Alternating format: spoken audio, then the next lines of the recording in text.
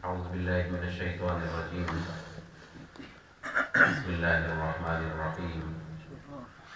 إن الله وملائكته يصلون على النبي يا أيها الذين آمنوا صلوا عليه وسلموا تسليما. اللهم صل وسلم وبارك على سيدنا ومولانا محمد وعلى آله وأزواجه وأصحابه وأمته أجمعين. صلی اللہ علی النبی الأمی وآلہ وصحبہ اجمعین. مولایا صلی وسلم دائما ابدا علی حبیبک خیر الخلق کلہم. محترم مجلس ذکر میں شریک خواتین و حضرات، بالخصوص علماء کرام، اللہ سبحانہ و تعالی ہماری حاضری کو قبول و منظور فرمائے.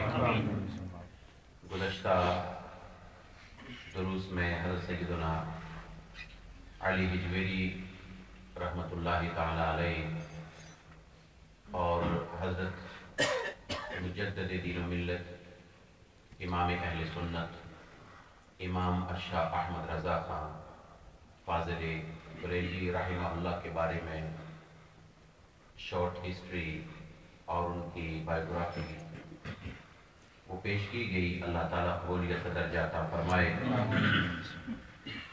اور گزارش کی تھی کہ انشاءاللہ آپ کو کوئی نہ کوئی اس کا کچھ حصہ مل جائے گا. اعلیٰ حضرت کی زندگی پر اگر ہزاروں صفحات پر کوئی کتاب لکھی جائے تو مکمل نہیں ہو سکتی. یعنی ایک شخص 72 علوم 72 kind of knowledges، یعنی 72 اقسام علم پر جس شخص کو عبور حاصل ہو تو کم سے کم ایک علم کو ایکسپلین کرنے کے لیے اتنی کتابیں موجود ہیں،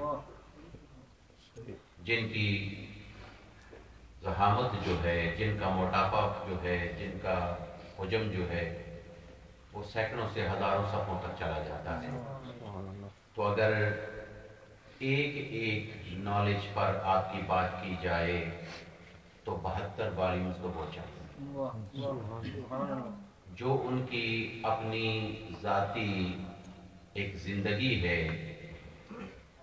کہ جس شخص نے 4 سال کی عمر میں قرآن مجید پڑھ لیا ہو اور جس شخص نے 30 آورز میں قرآن مجید کے 30 سپارے بائی ہارٹ یاد کر لیے ہو، اس شخص کے پاس یہ قوت کیسے آئی، اللہ نے اس کو کس طرح عطا کی، یہ ایک جداگانہ مسئلہ ہے. تو گویا کہ ہزاروں صفحات پر اگر یہ بات کی جائے تو بیان سے باہر ہوتی ہے. اس کو اس طرح سمیٹا جاتا ہے کہ یہ بزرگ شخصیات رسول اللہ صلی اللہ علیہ وآلہ وبارک وسلم کی طرف سے اس امت کے لیے تحائف ہوتے ہیں، تحفے ہوتے ہیں. جہاں جس دور میں امت پریشانی کا شکار ہوتی ہے تو ایک سنتوں کو زندہ کرنے والا شخص اور ان حالات کے اندر کمی کو پورا کرنے والا شخص اللہ تعالیٰ بھیج دیتا ہے، جس کی برکات پورے معاشرے کے اندر موجود رہتی ہے. اور یوں کہا جائے کہ ان کی زندگی اول سے لے کر آخر تک ایک کرامت گزری ہے. تو میں سمجھتا ہوں کہ کرامت کا لفظ کہہ کر اس سمندر کو کوزے میں بند کیا جا سکتا ہے کہ کرامت ہوتی ہی وہ ہے کہ جو انسان کی عقل سے اوپر ہو. عقل میں کرامت آ ہی نہیں سکتی. تو جب عقل سے اوپر ہے تو کسی چیز کا عقل اسی وقت دائرہ لے سکتا ہے جب اس کی عقل میں آئے. جب عقل میں نہیں آتا، سمجھ میں نہیں آتا، پھر بھی میرے ساتھیوں نے مل کے مولانا حافظ عثمان صاحب نے، جناب ڈاکٹر خان صاحب نے، اور اسی طرح ہمارے اور ایک دو ساتھی ہیں، کچھ اس میں میرا بھی شیئر ہے. رل مل کے ہم نے تھوڑا سا یہ اعلیٰ حضرت کی ہسٹری تھوڑی سی لگائی ہے دیوار رائٹ ہینڈ سائڈ پر.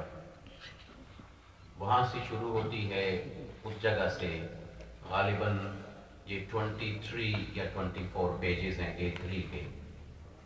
تو اگر کسی کے پاس تھوڑا سا وقت ہو تو ایک ایک نظر رکھ لے تو جو چیز سنی جاتی ہے اس کا ایک اپنا زاویہ ہوتا ہے، اور جو چیز آدمی پڑھ لیتا ہے اس کی میموری سسٹم اپنا ہوتا ہے تو یاد رہ جاتی ہے.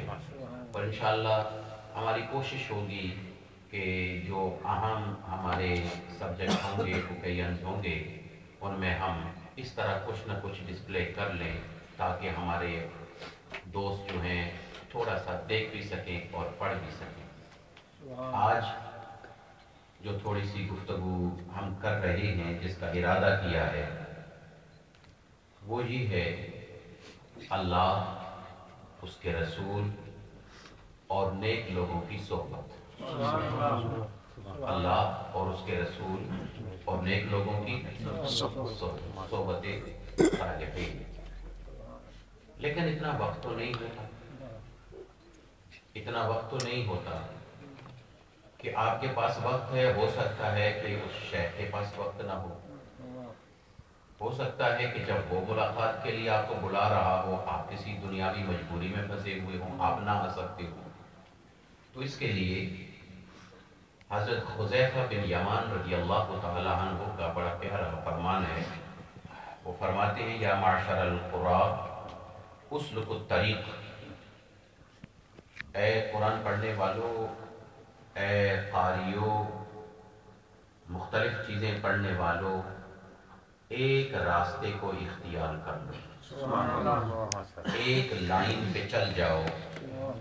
فَلَئِن سَلَكْتُمُوهَا، اگر تم نے ایک لائن کو پکڑ لیا، لَقَدْ سَبَقْتُمْ سَبْقًا بَعِيدًا، تم بہت بڑی کامیابیوں کو چھوؤ گے،